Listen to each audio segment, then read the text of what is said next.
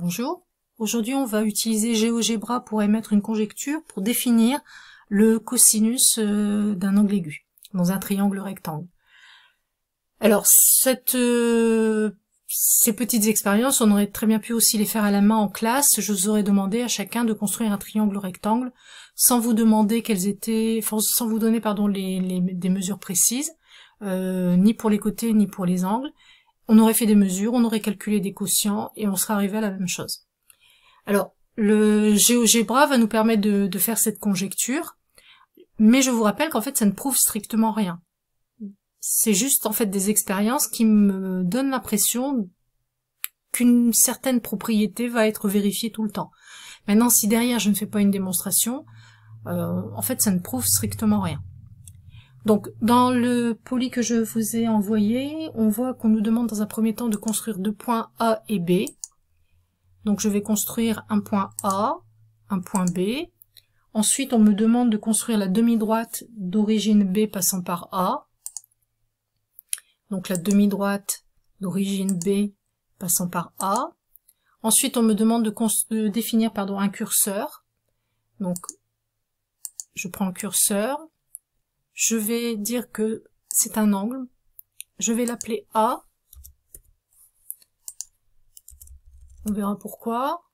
Je vais dire qu'il varie entre 90 et 0 degré et qu'il va se déplacer de 1 degré à chaque fois. Voilà. Maintenant, je vais définir un angle qui va correspondre à cette mesure qui est ici. Donc, l'angle ABM, je vais préciser que cet angle mesure A, c'est-à-dire l'angle qui correspond au curseur. Donc le sens anti-horaire, c'est ce sens-là, et le sens horaire, c'est celui-ci. En maths, on utilise généralement le sens anti-horaire. C'est le sens positif, en fait, en maths. Voilà. Donc vous voyez, quand je déplace mon curseur, mon angle va varier. Alors, ce point-là, un petit angle petit, voilà. Ce point-là, on va l'appeler M. Donc je vais sur ses propriétés. Je vais l'appeler M. Je vais changer son style. Je vais mettre une croix.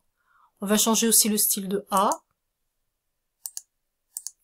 et le style de B. On va mettre du noir.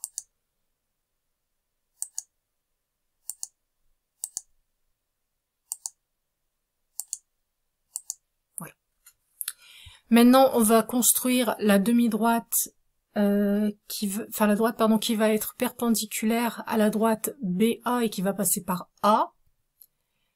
Donc, avant je vais construire, ce sera plus simple pour nous. Je vais construire la demi-droite d'origine B passant par M. Voilà. Et maintenant, je vais construire ma perpendiculaire. Donc la perpendiculaire à cette droite qui passe par ce point. Je vais placer toute ma figure. Voilà.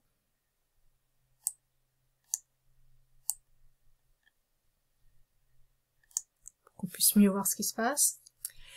Donc le point M, j'en ai plus besoin. Donc je vais demander à ce qu'on efface l'affichage. Par contre, je vais définir ce point-là qu'on va appeler C. Donc, pour être sûr d'être au bon endroit, je vais faire intersection. Je vais dire que c'est l'intersection entre cette droite qui est là et cette droite qui est là.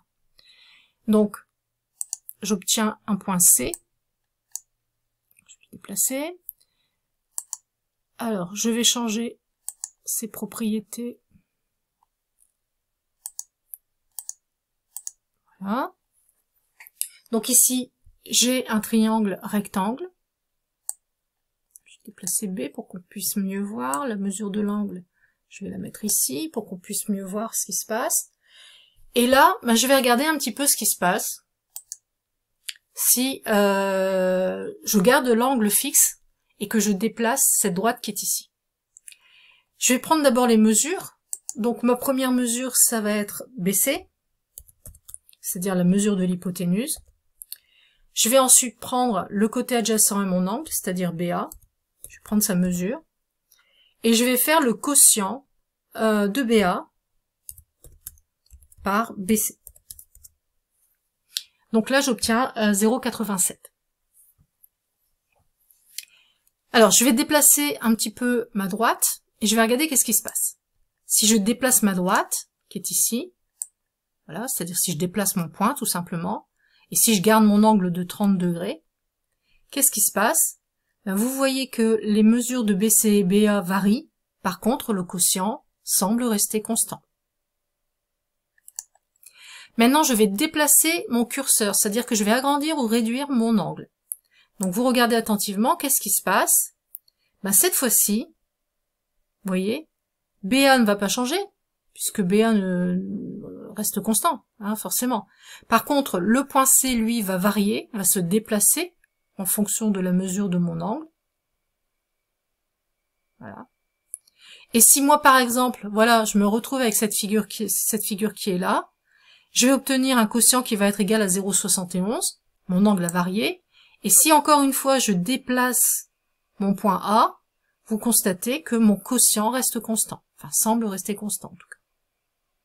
Voilà. Donc en fait on s'aperçoit de quoi? On s'aperçoit que quand on a notre triangle, tel qu'il est là, pour un angle donné, alors je sais pas, on va par exemple prendre, je sais pas, 57 degrés, si moi j'ai un angle donné, je peux déplacer A tant que je veux, en gardant 57, enfin là c'est 58 degrés, vous voyez, le point C va bouger, le point A va bouger sur mes deux demi-droites, mais mon quotient va rester constant. Par contre, si je déplace mon curseur, c'est-à-dire si je change d'angle, là, mon quotient va varier. Donc en fait, ce quotient ne dépend que d'une seule chose, c'est de la variation de l'angle. Parce que si moi je recommence ici à déplacer mon point A et donc aussi mon point C, vous voyez les longueurs varient et l'angle, lui, enfin le quotient, a l'air de rester constant pour un angle donné. Si je reconstruis par exemple une autre droite, donc je vais reconstruire ici une autre droite, je vais l'appeler, je vais la placer là, je changerai après, je vais faire une perpendiculaire encore une fois, donc je vais faire la perpendiculaire à cette droite passant par ce point, je vais changer les propriétés,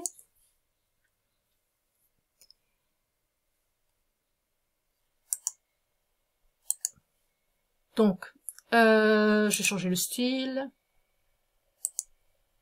il n'a pas pris le point, propriété, alors, couleur noire,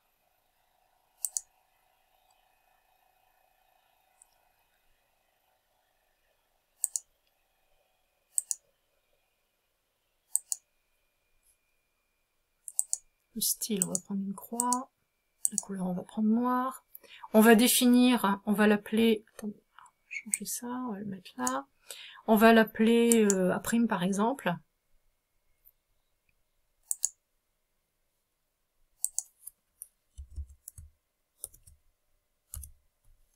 voilà. On va définir le point d'intersection, celui-ci, hop.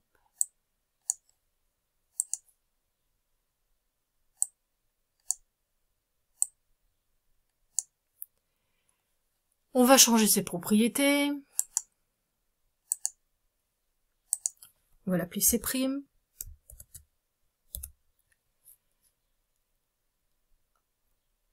voilà, on va varier, hop, et on va regarder ce qui se passe. Moi je vais laisser ici ce quotient, je vais définir des nouvelles longueurs, c'est-à-dire dans le grand triangle qui est là, dans ce grand triangle qui est là, je vais définir la longueur de son hypoténuse, donc je vais définir B, C'. Je vais définir le côté adjacent à l'angle, c'est-à-dire B, on va l'appeler A',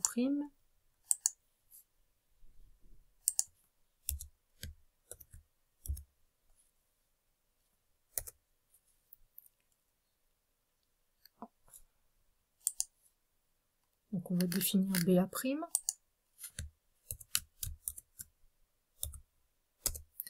On va définir encore une fois le quotient qui va correspondre, c'est-à-dire BA'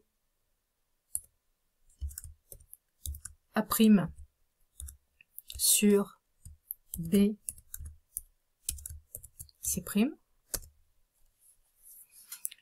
Et on va regarder un petit peu ce qui se passe. Regardez ici. Vous allez regarder ici ce qui va changer ou ce qui ne va pas changer. Et vous allez regarder ce qui va changer ou ne pas changer ici.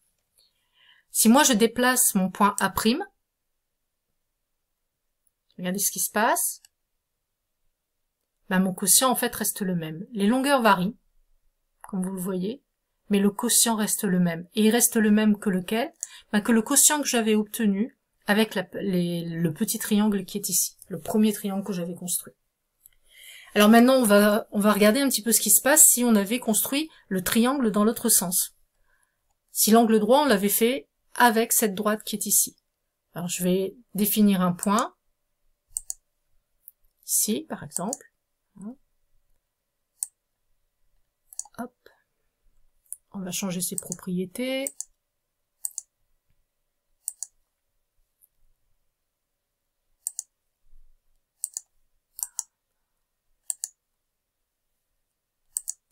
Alors, je sais pas, on va l'appeler, pourquoi pas D. On va mettre, changer son style. Voilà. Et on va changer sa couleur. Voilà. Et je vais, alors, je vais effacer celui-là.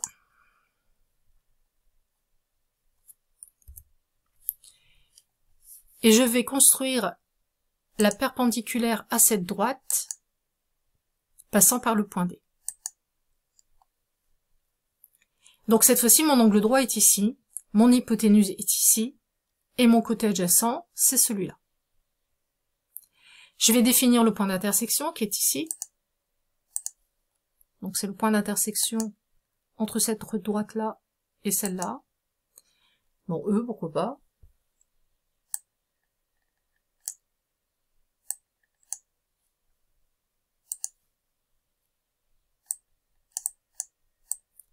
Proprement. Voilà. Et encore une fois, qu'est-ce que je vais faire? Je vais déplacer ma droite et je vais regarder qu'est-ce qui se passe au niveau des longueurs. Donc je vais d'abord définir mes longueurs. Donc ma première longueur c'est DB. L'autre c'est BE. Et ce qui m'intéresse c'est DB sur BE. Alors on regarde, qu'est-ce qui se passe? Si moi je déplace la droite qui est ici, ben mon quotient ne change pas.